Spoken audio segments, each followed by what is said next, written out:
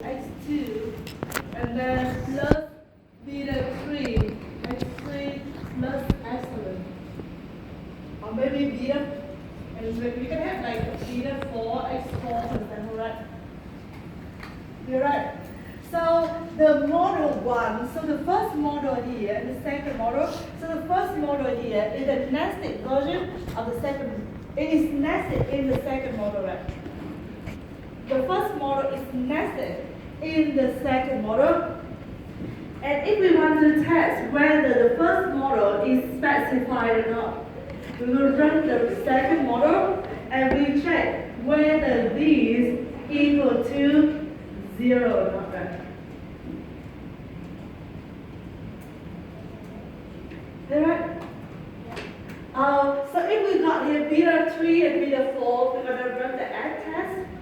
But if we got only one beta, like beta 3 for example, we only need to do the t-test, right? The t-test. So for example, in exercise 1 that you look at early on, right? So in exercise 1 here, right? And then just, okay, this is our first model. And we see whether this model here is misspecified or not, right?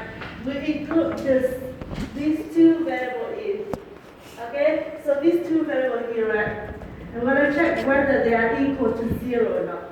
If they are equal to 0, the model is not misspecified. So this is the correct model, right? If this is equal to 0. So if this is different from 0, so this model is misspecified. It's omits some key important variable. So here, right, we're going to run the ACT test because we got here two variables. In exercise 2, okay, so we got the model called A here, right? So this is the first model, and then in the second model is the same, but they got this term in here. Okay, so now if we test whether the first model is misspecified or not, we're going to see whether this is significant or not, right? So question A here is the fingerprint of this, and the skirt is standard significant. Okay, so we're going to run the t-test here, and we're different from 0, so that this model will be a little better. This model is misspecified. So that's in the first case. The case here, we got here the nested model. So model 1 is nested in model 2. In model 2. But here we're going to have another case, right? Non-nested entirely. So here I got variable x1 and x2. Right? And then we decide, okay, whether I'm going to run the regression of y on x1 or on log of x1. Okay, the first equation here, model 1, this is we regress y of x1, right? x2, and the second one here, right, on log of x1 and log of x2. And the question here is, which specification is more appropriate? Which model is better? And these two here, right, so x1 is different from log x1, right? So these two models here, they are non-nested. Model 3 is different from model 1 and different from model 2. The only similar here is the y here, right? You got that y. So these are non-nested. This is nested because the model 1 here is nested in model 2. This is non-nested. So now, right, if we got two non-nested models, and if we want to know which model is better, we got two ways to do it. The first way, we're going to define a general model that compares these two models together. Okay, so we got here model 1, x1 include x1 and x2, and model 2 include log of x1 and log of x2. So we're going to combine these two in a general model. So we've got y here, right? This is x1, and this is log of x1 and log of x2. Okay? So now we're going to run the hypothesis that we got two ways. The hypothesis can be beta 1 and beta 2 equal to 0. Right? So if beta 1 and beta 2 equal to 0, and then the second model will be better. Or we're going to test whether beta 3 and beta 4 equal to 0. If beta 3 and beta 4 equal to 0, so the first model is going to be better.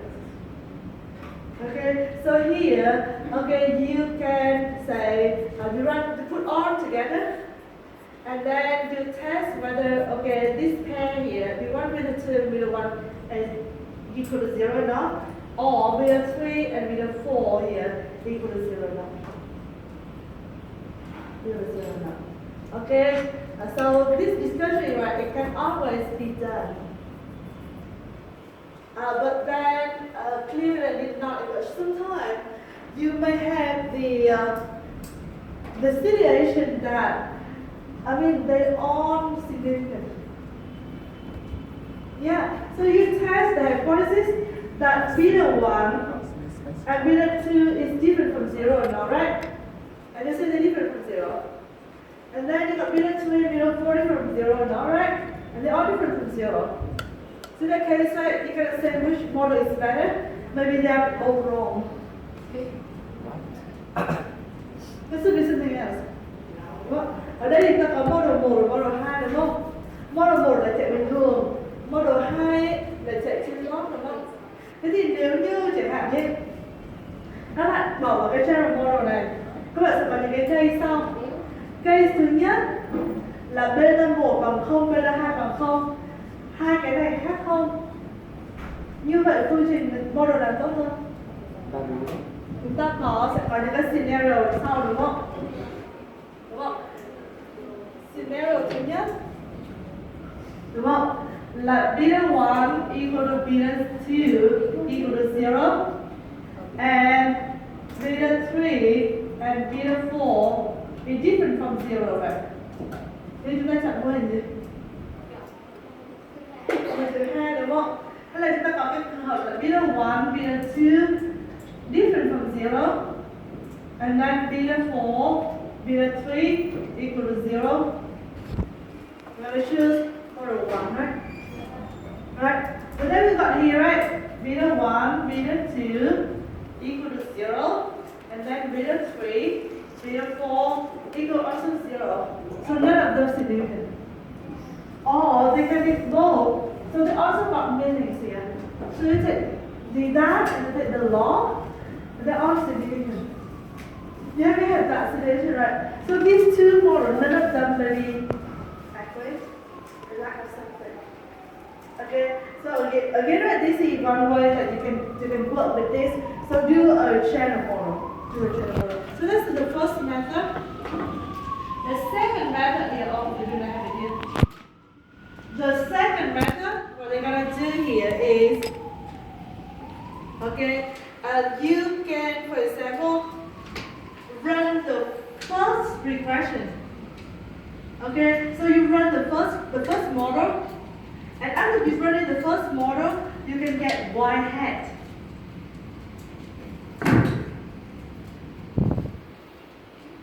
Okay, so we run the first model, right? The first model there. So all